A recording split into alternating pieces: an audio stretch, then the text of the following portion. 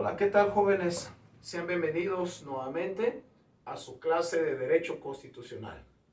Hoy, como cada semana, vamos a arrancar con una clase más de su materia dentro de la carrera de Criminología y Criminalística.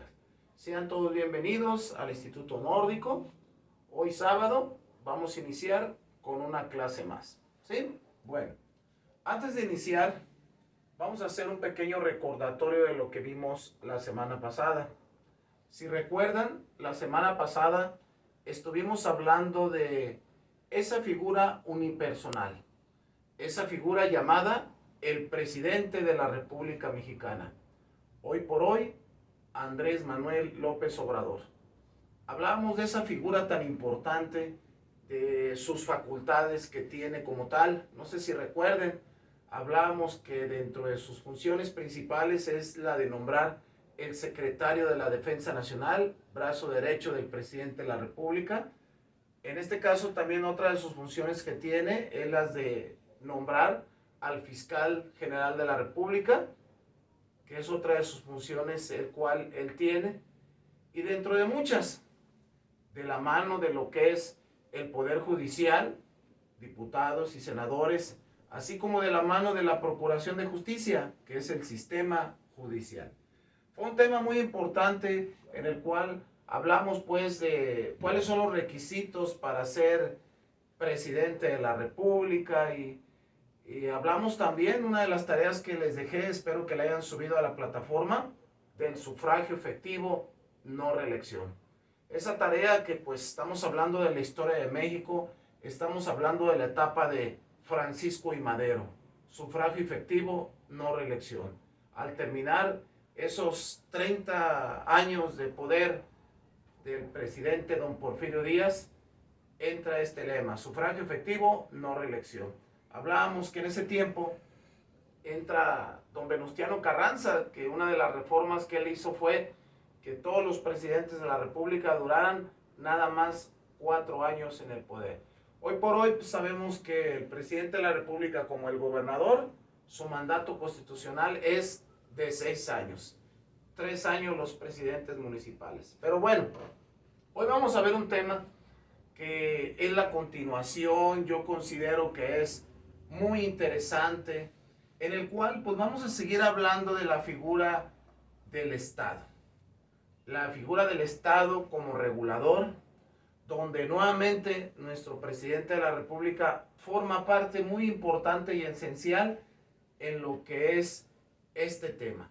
Este tema, sí, que lleva por nombre derecho administrativo. Fíjense bien, el hablar del derecho administrativo, pues es una ramita, una rama más del derecho constitucional. Cuando hablamos de una rama más del derecho constitucional se refiere a que forma parte importante.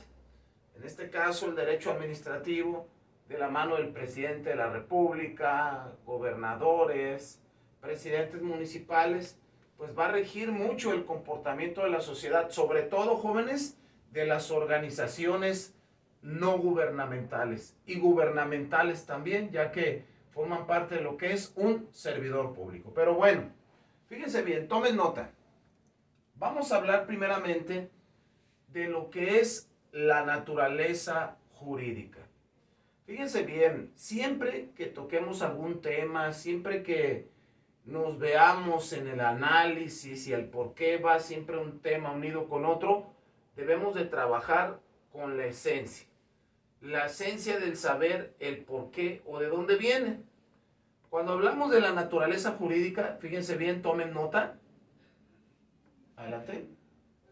La naturaleza jurídica parte desde la Revolución Liberal en el siglo XVIII, donde se contempla la existencia de normas jurídicas abstractas para regular el Estado y los ciudadanos. Fíjense bien, el hablar de la naturaleza jurídica, si se fijan en el apunte, habla de normas jurídicas. Cuando hablamos de normas jurídicas, no se les olvide, nos referimos a la ley escrita, donde el Estado, ¿quién es el Estado? Lo hemos comentado en algunas otras clases, el Estado es el que regula el comportamiento a través de las instituciones como lo es fiscalía, como lo es Fiscalía General de la República, policías, peritos, ministerios públicos, jueces y ciudadanos. Ciudadanos somos todos los que habitamos en un territorio, ya sean extranjeros o como tal. Pero bueno, fíjense bien, el hablar de la naturaleza jurídica es hablar del Estado. Fíjense bien, yo quiero que quede muy claro el concepto de Estado, porque en las futuras materias que abordemos, como técnicas de interrogatorio, como prevención del delito, como criminalística o como criminología que la van a estar llevando a cabo, se van a encontrar mucho este concepto de Estado. Cuando hablamos de Estado se refiere a aquel que se rige por un sistema de leyes e instituciones ordenado de una Constitución. Recuerden que de la Constitución emanan todas las leyes. De la Constitución tenemos el Código Penal Federal, el Código Penal Estatal, leyes orgánicas, municipales, ley escrita, ley no escrita, hasta llegar a la jurisprudencia y la doctrina. Entonces, del Estado lo vemos como una organización que regula a través, en este caso de criminalística, sus policías, en todos los órganos de gobierno, el comportamiento de los ciudadanos. Bien, entonces el Estado lo podemos considerar, tomen nota, pregunta de examen, como el fundamento jurídico de las autoridades y de sus funcionarios. Aquí hablamos de jurisdicción y jurisprudencia, que se someten a las normas jurídicas escritas. Es por ello, muchachos, que hoy por hoy el servidor público no puede actuar por lo que él piensa o por lo que él cree. Siempre debe de enfocarse a las leyes, a los protocolos que emanan precisamente de la Constitución y se deben de llevar a cabo como lo marca la ley. Pero bueno, continuamos. El hablar del Estado se refiere a todas esas leyes que organizan y fijan sus límites en el derecho. Hace un momentito, no sé si pusieron atención, yo les hablaba de jurisdicción y jurisprudencia. La jurisdicción es el campo donde exclusivamente yo laboro. En este caso, yo trabajo en la comisaría de Guadalajara y mi jurisdicción es el municipio de Guadalajara. Cuando hablamos de jurisprudencia, se refiere a las leyes. Código Nacional de Procedimientos Penales, la Constitución, Código Penal del Estado de Jalisco, por mencionarles la ley de víctimas, los derechos humanos, etcétera, etcétera. Bien, y obligaciones que están sujetas a una norma jurídica previamente aprobada y de conocimiento público. En este tema del derecho administrativo, si se fijan, se vuelve a ligar con el Poder Judicial. El Poder Judicial y el Poder Legislativo. Recuerden que el Poder Legislativo es el que se encarga de crear las leyes, de reformarlas, de derogarlas. Es esta partecita previamente aprobada. Y de conocimiento público se refiere que una vez que está aprobada, debe de ser expuesta en el Diario Oficial de la Federación, ¿sí? Donde los ciudadanos tienen la obligación de que si tienen alguna duda con alguna ley o alguna situación como esas, pues tienen que meterse ahí para verificar que realmente haya sido aprobada. Tenemos el caso de la legalización de la marihuana, que hasta la fecha no es legal la aportación, el uso, la venta, el consumo. La gente habla del 0.5, pero en realidad ni un gramo puede portar la gente, ¿sí? Es un delito. Bueno, entonces esta es la figura del Estado. ¿Cómo se llama nuestro tema del día de hoy? El derecho administrativo. Fíjense bien, continuamos. Entonces, el hablar del derecho administrativo se refiere también, dentro de la figura del Estado, esa actividad de los órganos administrativos que se encuentran sometidas a las mismas reglas que los particulares. Fíjense bien, muchachos, no nada más los servidores públicos nos regimos bajo normas, bajo leyes. También los ciudadanos están obligados a regirse bajo la legalidad y las normas que marca la ley. Un ejemplo, profe. Por ejemplo, en materia de derechos humanos, yo como Estado tengo la obligación de respetar, promover, ¿sí?, obligar y garantizar que se respeten los derechos humanos. En este caso, los ciudadanos también tienen esa obligación de respetar a los ciudadanos, de garantizar que no se violen sus derechos, de promover inclusive esos derechos humanos. Entonces, la naturaleza jurídica va muy ligada a esa esencia. Bien, continuamos. Entonces, la administración pública será juzgada por tribunales ordinarios independientes del Poder Ejecutivo.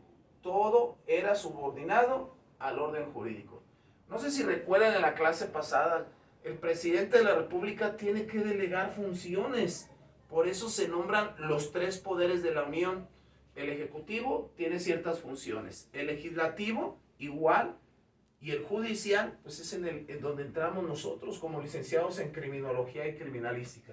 Entonces, he ahí la importancia de tomar nota. Bueno, recuerden que si tienen alguna duda, háganmela saber por los medios correspondientes. Fíjense bien, una de las preguntas que siempre nos vamos a hacer en materia de derecho constitucional, en materia de orden jurídico como tal, es, bueno, ya me explicó la esencia, esa parte tan importante, pero bueno, en sí, profe, ¿qué es la naturaleza jurídica? Tomen nota, se lo voy a preguntar en su examen. La naturaleza jurídica se refiere a ese conjunto de normas. Acuérdense, cuando hablamos de normas nos referimos a leyes, a reglamentos, que regulan las relaciones entre el Estado, el gobierno, instituciones gubernamentales y los particulares. Cuando me refiero a los particulares me refiero a los ciudadanos que habitan un municipio, un estado o un país, ya que de ahí parte todo. Fíjense, a veces me he puesto a analizar y pensar cómo los ciudadanos requieren del Estado en materia de seguridad, en materia de educación, en materia de salud. El pensar en el Estado no nada más es pensar en policías. El Estado también lo representan maestros, doctores, administradores, todo aquel ciudadano que preste algún servicio a través de una dependencia gubernamental es considerado como tal y se tiene que regir bajo normas. En este caso, en la naturaleza jurídica, fíjense bien, voy a seguir hablando de la figura del presidente de la República. Fíjense cómo el derecho administrativo es la continuación de lo que hemos venido estando hablando durante clase tras clase. El presidente de la República como una figura unipersonal en el caso de la naturaleza del derecho administrativo se refiere a esa rama del derecho público, ¿sí? Que en el marco jurídico, fíjense bien, regula la organización, funciones y atribuciones del Poder Ejecutivo. Nadie puede hacer más allá de lo que marca la ley, ¿sí? Algo muy importante. El presidente tiene sus funciones, los legisladores tienen sus funciones y el Poder Judicial tiene sus propias funciones. Si no, como lo comentábamos en clases anteriores, entorpecería el trabajo como tal. Entonces, aquí la importancia del derecho administrativo. Fíjense bien, vamos a seguir hablando de esta clase tan importante. El hablar del derecho administrativo es hablar del derecho público. El derecho público se refiere principalmente a 6 pasos muy importantes, ¿sí? Primeramente, el derecho constitucional como tal. Segundo, el derecho administrativo. Tercero, el penal. Cuarto, el militar. No podemos dejarlo de lado. Quinto, el procesal. Acuérdense que ante cualquier situación se debe de abrir un proceso. Y número 6, el internacional público. No sé si se preguntan ustedes ahí en sus aulas donde están sentados, hasta dónde la criminología, la criminalística, en el caso del día de hoy del derecho constitucional, tiene que ser regulado por servidores públicos verdaderamente capacitados y con conocimiento. Para esto, bueno, tenemos que conocer qué habla cada uno de ellos. En el caso de nosotros nos compete hablar del constitucional, que parte del artículo número 21 de la Constitución, donde habla del Ministerio Público y y los policías. Pero bueno, continuamos. El hablar del derecho administrativo como tal en la clase del día de hoy se refiere a esa rama autónoma del derecho. Fíjense bien la palabra, autónoma del derecho. ¿Qué quiere decir esto, profe? Depende del derecho, mas sin embargo se le da la autonomía de estudio, se le da la autonomía de investigación en cuestión de las ramas o las ciencias penales. Tiene sus propios principios y se autoabastece paralelo al derecho privado. Fíjense bien, ¿qué decíamos de uno de los requisitos afines que tiene nuestro presidente de la República? Él estudió administración, ¿sí? Él estudió en el campo de las ciencias penales, maestro de carrera. Entonces, todo esto tiene que ver dentro de los perfiles y no se debe de perder de vista. Pero bueno, ¿qué es esto del derecho privado? ¿Qué tiene que ver como rama del derecho administrativo? Hablar del derecho privado se refiere a ese conjunto de normas jurídicas que regulan las conductas entre los particulares. Fíjense bien, muchachos, hay otra materia que llevo en otra escuela donde hablamos de la historia de la seguridad pública. Y hablar de la historia de la seguridad pública es remontarlos desde el génesis de la época primitiva, desde, no sé, las grandes ciudades como Atenas, donde vienen pensadores como Aristóteles, Demócrito, todos esos Solón, Clístenes, que vinieron a aportar grandes conocimientos, en este caso que son tan importantes. A lo que voy, toda ciudad requiere de normas, toda ciudad requiere de reglas. Si no hubiera eso como tal, las sociedades se autodestruirían. Entonces, el derecho privado va de la mano mucho y tiene un toquecito en materia de seguridad pública. Entonces, continuamos. El hablar del derecho privado se refiere a esa parte de tres ramas también muy importantes, que es el derecho civil, el derecho mercantil y el derecho laboral. Tienen que ver mucho con los ciudadanos, pero bueno, continuamos. El hablar de derecho privado también es hablar de todos esos derechos y deberes que se tiene entre los individuos. Fíjense bien, hace un ratito, no sé si me escucharon, el ejemplo que yo puse de los derechos humanos. Yo como Estado tengo la obligación de respetar, garantizar, promover los derechos humanos, pero también los ciudadanos tienen la obligación de respetar a sus semejantes, tienen la obligación de promover en materia de prevención del delito. Y nosotros como Estado, otra de las funciones muy importantes que es garantizar. ¿Qué es garantizar? Que se cumpla el debido proceso, que haya derecho de audiencia en el caso de los jueces, ¿sí? Ese derecho a la salud pública, ese derecho a la educación. Entonces, el derecho civil va muy de la mano de que esos derechos y deberes deben de estar ligados con los individuos. Pero bueno, continuamos. Dentro de la clase del día de hoy también cabe mencionar un poquito del derecho mercantil. Fíjense bien, el hablar del derecho mercantil se refiere a esa constitución de sociedades mercantiles, actos de comercio. Es increíble, muchachos, que lo he estudiado en otras materias y lo he leído, cómo los dineros siempre han sido parte muy fundamental en las administraciones públicas. El erario público, el impuesto, que muchas veces la gente cree y dice que va a parar para la seguridad pública. Una parte, pero casi todo el presupuesto es federal, ¿sí? Que equitativamente, dentro de lo que es el Poder Ejecutivo y el Poder Legislativo, es lo menos que se encargan de ver las partidas presupuestales. Pero bueno, continuamos. Hablar del derecho mercantil es hablar precisamente de esa consignación y revisión de recaudos, tales como actas de asamblea y estados financieros. Se fijan, hace un momento tocaba un poquito de los dineros. ¿Hasta dónde? Bueno, si ustedes no lo sabían, hay una partida presupuestal para la seguridad pública llamada Subsemun. Es el subsidio federal para todos los municipios y estados que tienen el mayor problema de seguridad. Bueno, hablando entonces de la materia, del tema del día de hoy, del derecho administrativo, es hablar de otro muy importante, el derecho laboral. Fíjense, pareciera que no tuviera relación, pero forma parte esencial, así como que un poquito que se tiene que hablar como tal. Fíjense bien, no sé si alcanzan a ver la imagen de fondo, un casco, un sujeto apretándolo, sosteniéndolo con su mano izquierda, y refiere pues a esa parte del trabajo.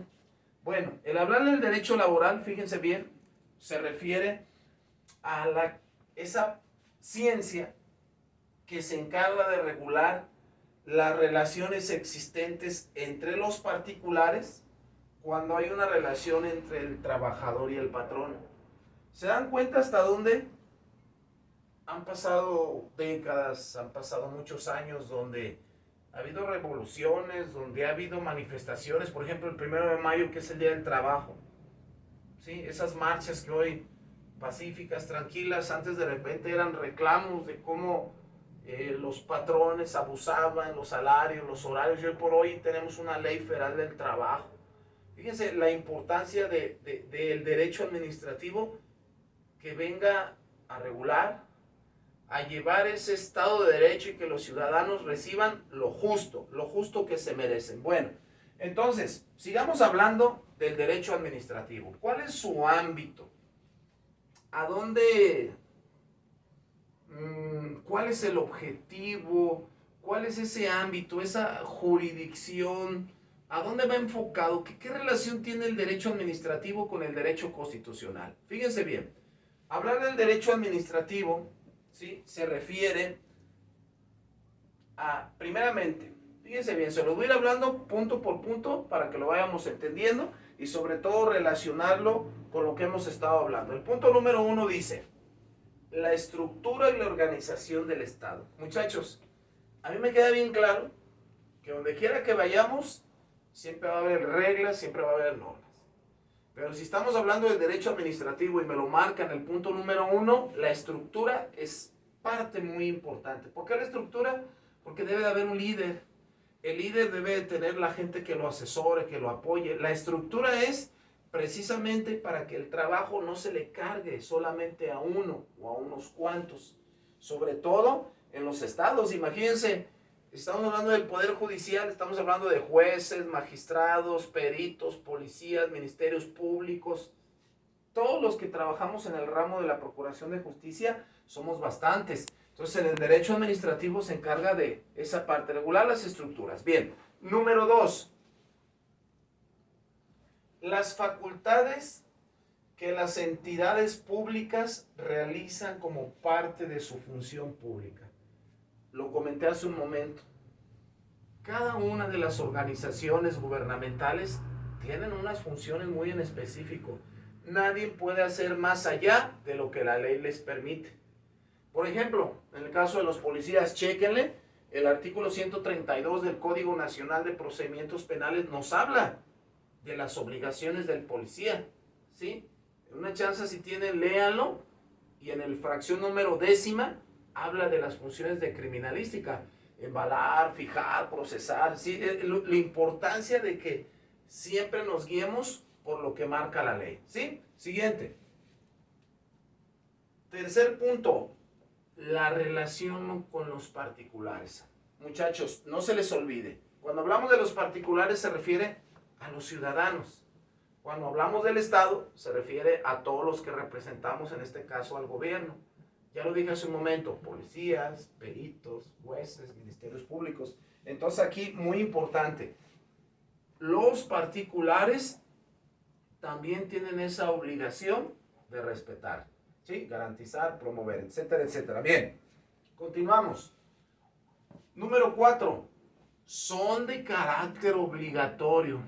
Fíjense, es increíble que hoy, 2023, todavía haya gente que se excuse diciendo: es que no sabía que era una obligación, es que no, como Estado, como representante de la autoridad, no le vamos a dar cátedras a la gente en medio de la calle. Claro que no. El ciudadano está obligado a conocer sus leyes. Por eso son publicadas en el Diario Oficial de la Federación y son de carácter obligatorio. Dice, no pueden ser alteradas por convención de las partes y su incumplimiento genera una sanción. ¿Quiénes son los únicos que pueden modificar las leyes? El Poder Legislativo, a través de sus diputados y senadores. Es lo que les comentaba de la reforma de la marihuana. Si la gente cree o dice o piensa o lo vio en un video o en YouTube, donde tú quieras, o el maestro Juan les dijo, chequen la ley. La marihuana no es legal. Es un delito el portar, vender, comerciar, consumir. ¿Sí? Entonces, mientras no salga publicado en el Diario de la Federación que es legal, para nosotros sigue siendo un delito. ¿Sí? Entonces, la importancia del carácter obligatorio. ¿Sí? Bueno, número 5. Fíjense bien, derecho administrativo. Punto por punto, observen. Deberá de existir el derecho de dominio y ejerciendo control de sus actos a través de procedimientos administrativos. Fíjense, se me viene mucho a la mente como uno de los principios que lo vamos a ver ahorita más adelante, el debido proceso. Todas personas, todo ciudadano requiere pues de ser informado cómo va su caso, de ser informado cómo va su asunto. En otras palabras, el debido proceso. En cualquier situación administrativa, penal, civil, mercantil, el proceso, el procedimiento va a ser muy importante, ¿sí? Bueno, no dejen de tomar notas. Si tienen alguna duda, mándenmela por favor por los medios correspondientes. Bien, continuamos. Número 6. En caso de conflictos con los ciudadanos, la administración tendrá procedimientos para ventilar dichas controversias. Jóvenes, la palabra conflicto se ha venido usando de muchos años. De repente, ¿quién no tiene conflictos hacia su persona? ¿Quién no tiene conflictos hacia los ciudadanos? Entonces, cuando hay conflictos en los ciudadanos, ¿quién debe de intervenir? El Estado. Si hay un delito, se genera el Ministerio Público, pero cuando hablamos de conflictos, siempre la administración pública tendrá que ventilar dichas controversias. ¿A través de qué? Bueno, mediación, que es un proceso muy importante. ¿Sí? Entonces, estos 6 puntos, muchachos, nos llevan a realizar cómo el derecho administrativo forma parte fundamental en el derecho constitucional. Pero bueno, fíjense bien, yo todavía me sigo haciendo la pregunta de ¿qué es el derecho administrativo? Fíjense bien, se lo voy a preguntar en el examen, tomen nota. ¿Qué es el derecho administrativo? Oh, me encantaría estar en el salón y a ver, Oscar, ¿qué es el derecho administrativo? Perla. Bueno, pero ahorita lo vamos a manejar así. Piense cada quien ahí qué es el derecho administrativo. Pero bueno, si nos vamos a una definición conceptual como tal, el derecho administrativo se refiere, tomen nota, a las normas, a los principios del derecho público interno, que regula las relaciones entre los entes públicos, que decíamos, el Estado, el gobierno, y los particulares, en este caso, ciudadanos, en este caso, empresas. Fíjense bien, ¿por qué se le llama derecho administrativo? Cómo ese sector privado también tiene que entrar aquí. Bien, ¿qué se entiende por derecho administrativo? Bueno, fíjense bien, dice, es el conjunto de reglas jurídicas relativas a la acción administrativa del Estado. Fíjense, aquí volvemos a tocar esa parte que les decía hace un momento, la estructura de los entes, en el caso del Poder Ejecutivo y sus relaciones. ¿Qué decíamos hace un momento y en la clase pasada? La figura unipersonal del presidente de la República. Entonces, casi jóvenes, siempre donde quiera que vayamos, en relación a las organizaciones gubernamentales, siempre va a partir de lo que es una estructura. Pero bueno, sigamos, vamos a continuar. Fíjense, sigamos analizando. ¿Cuáles son las fuentes del derecho administrativo? Fíjense bien, muchachos, puedo manejarlo como una pregunta de examen. ¿Cuáles son las fuentes del derecho administrativo? Cuando me refiero a fuentes, me refiero a leyes. ¿De dónde vienen? ¿De dónde nacen? Por ejemplo, si yo, no es el caso, ¿verdad? Pero si yo les preguntara, ¿cuáles son las fuentes de los derechos humanos? Pues la Constitución, los tratados internacionales, las leyes, el código penal. Fuentes, naturaleza, ¿de dónde vienen? En este caso, nuestro tema se llama derecho administrativo. Vamos a ver cuáles son las fuentes del derecho administrativo. Fíjense bien. Vamos a hablar paso a paso de cada una de ellas. Primeramente, vamos a hablar de las históricas. ¿Qué nos dicen las históricas? Hablar de las fuentes históricas se refiere a la naturaleza. ¿De dónde vienen? Quise poner dos ejemplos.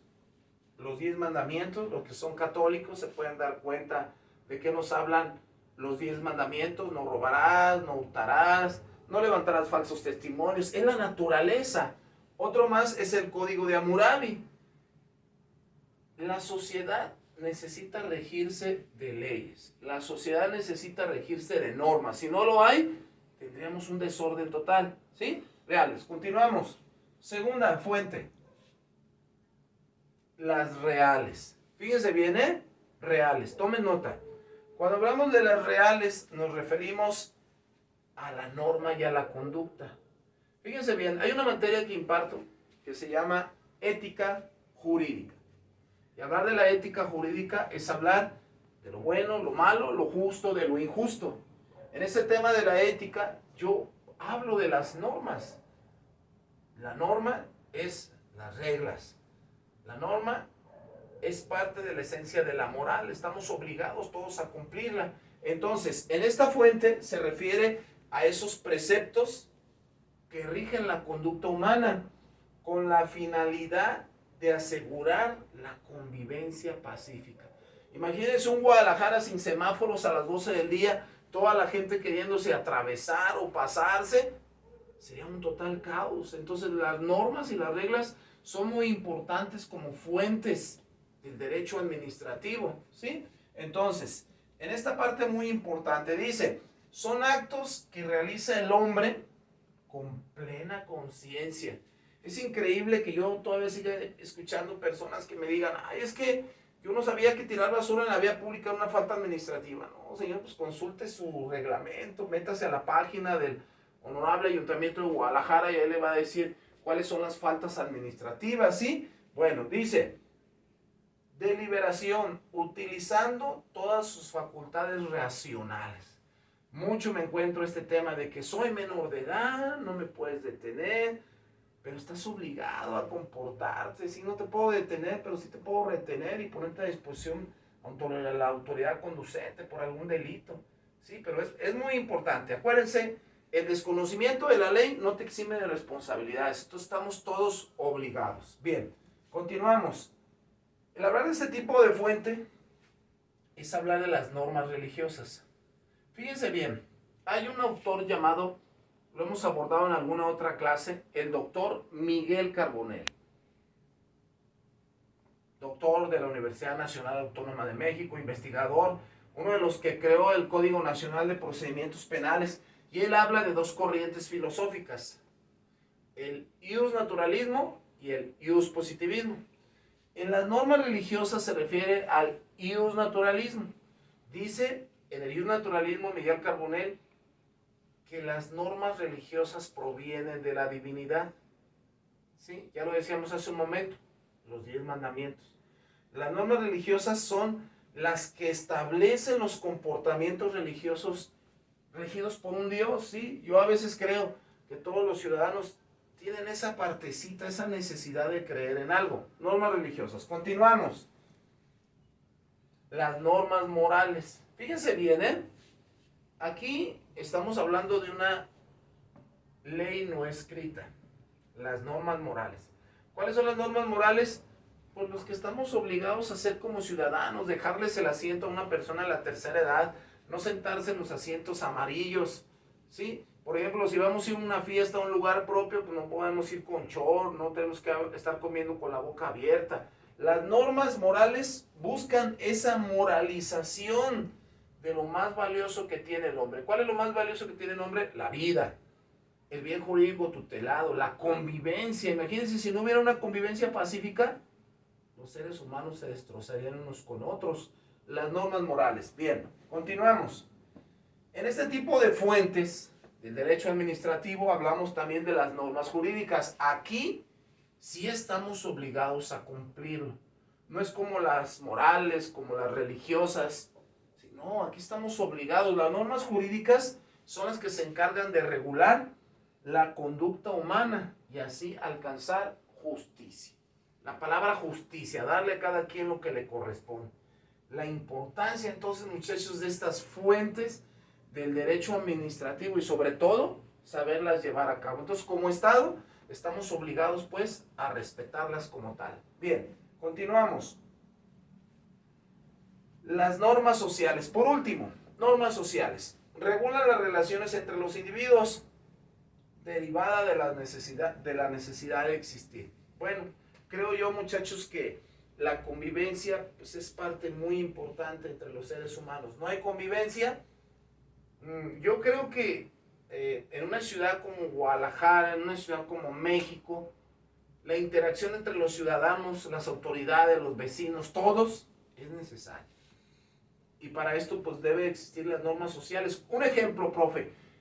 A veces yo veo que hay muchos problemas con la gente que se estaciona y luego sale el vecino y te pelea. ¿Por qué se estaciona? Así es mi lugar. Sin problema, lo movemos el carro mientras no tape cochera. Bueno, normas sociales que a veces las personas no las aceptan como tal.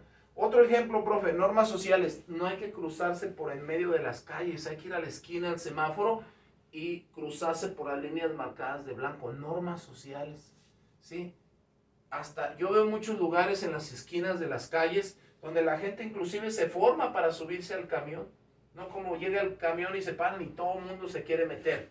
Normas sociales. También rigen el comportamiento de los ciudadanos. Bien, continuamos. Sigan tomando nota, muchachos, es muy importante.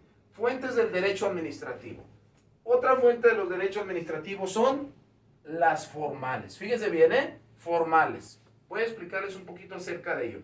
Las formales, les voy a hablar punto por punto, se refiere a tratados y convenios internacionales.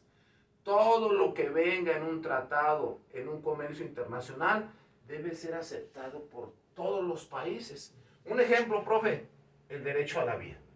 Habrá países como Estados Unidos, Guatemala o el Medio Oriente, donde la vida no es como tal, mas sin embargo viene como un derecho tipificado como tal, la vida. Bien, continuamos. Número 2. Las leyes y disposiciones de la jerarquía equivalente. Fíjense bien, no sé si ustedes conozcan la pirámide de Kelsen. Fíjense bien, observen la pirámide de Kelsen. La pirámide de Kelsen, o también llamada la pirámide de las fuentes del derecho, va muy de la mano a nuestra esencia jurídica. Se dice pirámide por la forma que tiene y cómo están acomodadas las leyes. No sé si alcancen a observar en la parte de arriba dice Constitución Mexicana y tratados y convenios internacionales. Nada puede estar sobre encima de la ley. Yo considero, y en muchos seminarios que hemos tenido y pláticas, donde la Constitución y los tratados internacionales están a la par. Nada puede estar por encima de la Constitución y sobre todo los tratados internacionales. Bueno, en la pirámide de Kelsen, de forma ascendente, viene la ley. Cuando hablamos de la ley se refiere ley penal federal. Todo lo que se refiere a leyes de carácter federal, ahí deben de estar, ¿sí? Decretos de carácter de ley, tenemos la ley penal estatal, el Código Penal del Estado de Jalisco, ¿sí? Luego habla de reglamentos. Un ejemplo, profe, reglamento de justicia cívica. La jurisprudencia, bueno, hablábamos de, como tal, la ley no escrita y la doctrina y los principios generales del derecho. Entonces, aquí podemos saber las fuentes formales del derecho, lo que estamos obligados todos los ciudadanos a cumplir. Bueno, creo yo que el derecho administrativo entonces forma parte muy importante de esto, muchachos, y sobre todo que del tema que vimos de la semana pasada de la figura unipersonal del presidente de la República, veamos que cómo las organizaciones gubernamentales forman parte muy importante y se tienen que valer de esos instrumentos. Bien, vamos a continuar, vamos a ver un video quiero que le pongan mucha atención y sobre todo que tomen nota, muchachos, y escuchen qué manera tan particular de hablar del derecho administrativo. Vamos a ver.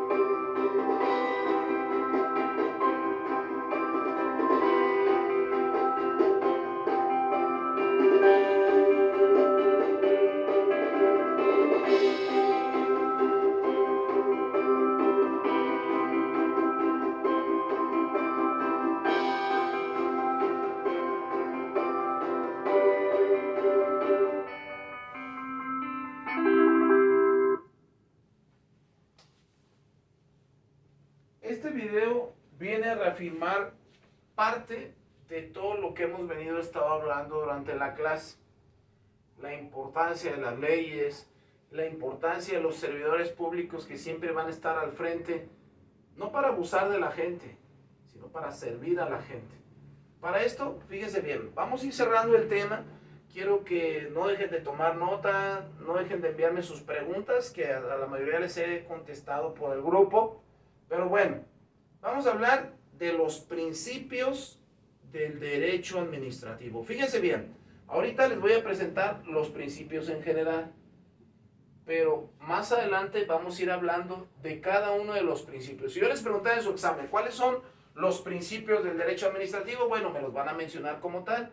Si yo les digo, a ver, descríbeme de qué habla este principio, bueno, ahí va a ir la definición. Pero bueno, vamos a hablar de los principios del derecho administrativo. Bien, ¿cuáles son esos principios del derecho administrativo? Bien, son 8. El primero habla de la legalidad. El segundo, ya lo mencionaba yo hace un momento, el debido proceso. El tercero, la imparcialidad, darle a cada quien lo que le corresponde. 4, la celeridad, la formalidad como tal, la eficacia, ¿sí? Apegarnos siempre al derecho, la uniformidad. 7, la predicción y el impulso al oficio. Fíjense bien, si ustedes se ponen a analizar, bueno, algunos de estos tendrán que ver con criminología, con criminalística, con el derecho. Claro que sí, ahorita lo van a ver en el derecho administrativo. Bueno, voy a hablar de cada uno de ellos, tomen nota. Voy a hablar primeramente de la legalidad. Cuando hablamos de la legalidad se refiere a respetar las fuentes dentro de las facultades y competencias adquiridas. ¿Qué les decía yo al principio? Nadie puede estar por encima de la ley y todos debemos de hacer lo que nos marca la Constitución.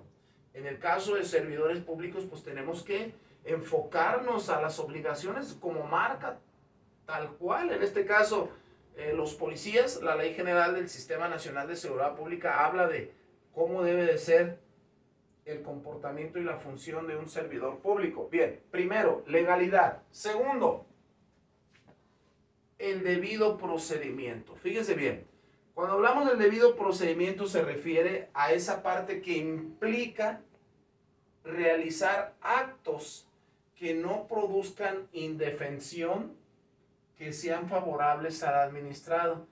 Miren, muchachos, a mí me queda muy claro que el Estado es el que regula el comportamiento de las personas, y cuando se viola ese Estado de Derecho, el Estado tiene la obligación de poner orden y que nada se salga de control. Entonces, el debido procedimiento, en otras palabras, así como que, a ver, paso a paso, si algo no está conforme, el Estado lo tiene que revisar. Bien, número 3, continuamos. El impulso de oficio. El impulso de oficio se refiere a esa obligación que tiene la autoridad administrativa a ordenar la organización de los actos. Fíjese, aquí se me viene a la mente esas funciones de liderazgo. No el jefe es el que grita, el que de repente es déspota, no escucha y dice que él hace las cosas. El líder es el que vamos a hacerlo en equipo, yo me equivoqué, todos lo hicimos. La gran diferencia entre un jefe y un líder. Entonces, ese impulso del oficio, la autoridad administrativa que se encarga de organizar los actos. Bien, siguiente. La razonabilidad.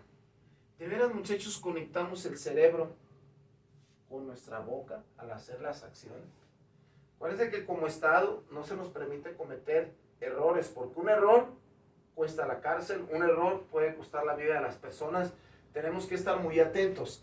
La razonabilidad se refiere a esa obligación que tiene la autoridad de actuar dentro de los límites de la facultad atribuida. Otra vez, jurisdicción, el campo laboral, jurisprudencia, ¿en qué leyes me baso para yo hacer mis funciones? Entonces, si se fijan, en este tipo de principios, pues va muy de la mano de la ley y va muy de la mano de lo que hacemos como servidores públicos. Razonabilidad. Continuamos. Siguiente principio. Imparcialidad. Híjole. ¿Hasta dónde como servidores públicos debemos de ser imparciales? No podemos estar ni de un lado ni de otro. Nuestra obligación, bueno, en el caso, por ejemplo, de las detenciones, víctima, victimario, una vez teniendo asegurado al victimario, es decir, al detenido, mi obligación también es protegerlo, como a la víctima se resarza el daño. Entonces, en este principio de imparcialidad, yo soy la ley, yo represento al Estado y mi obligación es que se haga cumplir ese Estado de Derecho. Entonces, imparcialidad. Tiene la obligación la autoridad administrativa de ejercer una tutela igualitaria, trato digno a las personas, sin discriminación, raza, color, género, creencia, nada. Por eso se le llama imparcialidad. Bien, siguiente principio. Celeridad. Fíjense bien, tomen nota. Les puedo preguntar qué es la celeridad. La celeridad se refiere a esa obligación de los sujetos del procedimiento a dotar al trámite de la máxima dinámica posible. Celeridad es darle esos pasos. Fíjense, se me viene ahorita a la mente en la Constitución Política de los Estados Unidos, en el artículo 20, apartado A, habla de los principios rectores. Y uno de los principios rectores es la celeridad.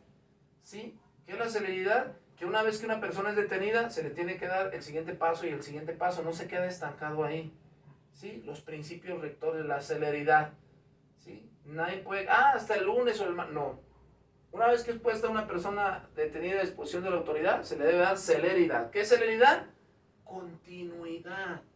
¿Sí? Continuidad de ese procedimiento. Bien, continuamos. Dentro de esos principios también está la uniformidad. Fíjense bien, no sé si han escuchado la palabra, es que debes de ser uniforme.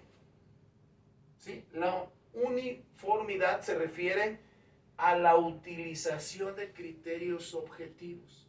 No podemos estar pensando, es que yo debería haberlo hecho así. No, siempre debemos de guiarnos bajo esos principios muy importantes. Entonces, muchachos, dentro del derecho constitucional, el derecho administrativo, pues forma parte muy importante. Si han escuchado durante la clase, siempre va uno de la mano de otro, siempre la figura del presidente, de los servidores públicos, policías, peritos, legisladores, cada uno en sus funciones, cada uno tiene esa parte muy importante. Y creo yo que si nos regimos por los principios, si nos regimos por como marca el Estado, como marca la ley, no vamos a tener problemas, ¿sí? Entonces, vamos a manejarlo de esa manera. Fíjense bien, vamos a realizar, una vez que ya escuchamos la clase, una vez que tomaron nota, tomaron sus apuntes, vamos a realizar una actividad. Acuérdense que la actividad la voy a subir a la plataforma, ¿sí? En esta ocasión, la actividad va a ser realizar un mapa conceptual. De repente les voy a pedir nuevamente, no me hagan en el cuaderno y luego me suban una foto, no. Descarguen una aplicación donde me hagan un mapa conceptual. Un mapa conceptual es sacar las principales ideas del tema que vimos el día de hoy, como derecho administrativo. ¿Cómo qué, profe? Los principios. Bueno, fíjense bien, les voy a explicar en ese mapa conceptual lo que tiene que venir, ¿sí? Recuerden que tienen que subirlo a más tardar el próximo viernes a las 22 horas como una tarea. Bueno, fíjense bien, les voy a dar una idea de lo que puede tener ese mapa conceptual. Fíjense bien. Siguiente. Siguiente, por favor, todas. Ok, hasta ahí. Fíjense bien. Ese mapa conceptual, si nos basamos a diferentes ideas, no sé si lo alcancen a observar, igual se los voy a leer. Cada cuadrito, ¿sí? Cada espacio que estoy dejando, y si el mapa conceptual se refiere al derecho administrativo, bueno, creo que una pregunta de cajón sería, ¿qué es el derecho administrativo? Otra pregunta que sería obligada sería, ¿qué es la naturaleza jurídica? Que fue algo que estuvimos hablando, ¿sí? Otro punto que será muy importante hablar en este mapa conceptual sería, ¿qué es el derecho privado? ¿Qué es el derecho mercantil? Algo también que no pueden omitir dentro de lo que es el derecho administrativo son las fuentes del derecho administrativo. ¿Cómo está compuesto? ¿Qué es el Estado? Háblenme un poquito de la pirámide de Kelsen. Háblenme un poquito también de cada uno de los principios que hemos estado hablando. Entonces, vean la importancia de ese mapa conceptual. Entonces, aquí les pongo un ejemplo de los puntos que quiero que lleven es ese mapa conceptual, ¿sí? Para que lo analicen y lo vean. Igual si tienen alguna duda, pues háganmelo saber, ¿sí? Entonces el mapa conceptual va a ser de esa manera. Bien, entonces si no queda alguna duda en relación a la actividad en clase, ¿sí? La cual recuerden, tienen que enviármela más tarde el viernes a las 22 horas, les voy a explicar la tarea. La tarea para la próxima semana, que es la número 7, me van a investigar todo lo relacionado a la Suprema Corte de Justicia de la Nación. Fíjense bien, ese tercer poder de la Unión llamado Suprema Corte de Justicia de la Nación. Quiero que me investiguen acerca del Ministerio Público Federal, quiero que me investiguen acerca de la estructura, los integrantes, todo lo relacionado a esa administración de justicia, a esa procuración de justicia que está en manos de la Suprema Corte de Justicia de la Nación. Igual pueden checar un video de YouTube, pueden meterse a la página del Honorable Congreso de la Unión, pueden buscar del autor, el doctor Miguel Carbonell, ¿sí? De Eric Rauda, nos habla también de lo que es la Suprema Corte de Justicia de la Nación. Recuerden que la tarea igual debe ser entregada a más tardar el viernes a las 22 horas. Una cuartilla, letra área 12, bibliografía, es decir, de dónde la sacaron, y la conclusión personal. No dejen de enviarme, por favor, sus tareas. Bueno, cabe hacer mención, muchachos, que para la próxima semana vamos a tener el examen del segundo parcial. Por favor, quien aún tenga pendientes alguna tarea, alguna actividad, súbanla. Sigo poniendo yo calificación y hay alumnos que no se han conectado conmigo. Entonces, por lo cual no los voy a poder aprobar, ¿sí? Entonces, ustedes han visto, publico los resultados en el WhatsApp de grupo, publico la información de tal manera que ustedes tengan conocimiento. Entonces no se les olvide, la próxima semana no vamos a tener clase, solamente voy a subir un pequeño video donde les voy a explicar el contenido del examen, ¿sí? Las preguntas, y ese día, ese próximo sábado, vamos a hacer el examen del segundo parcial, ¿sale? Entonces no dejen de enviarme por favor sus tareas, sus trabajos pendientes a mi correo electrónico, y pues que tengan un excelente fin de semana. Me dio mucho gusto trabajar con ustedes, y sobre todo pues que se den cuenta cómo el derecho constitucional forma parte del derecho público, el derecho privado, el derecho laboral, y todo esto va muy de la mano de la criminología y la criminalística. Que tengan un excelente fin de semana, pásensela bien. Recuerden, su servidor Víctor Manuel Ortiz Cervantes. Hasta la próxima. Nos vemos, jóvenes.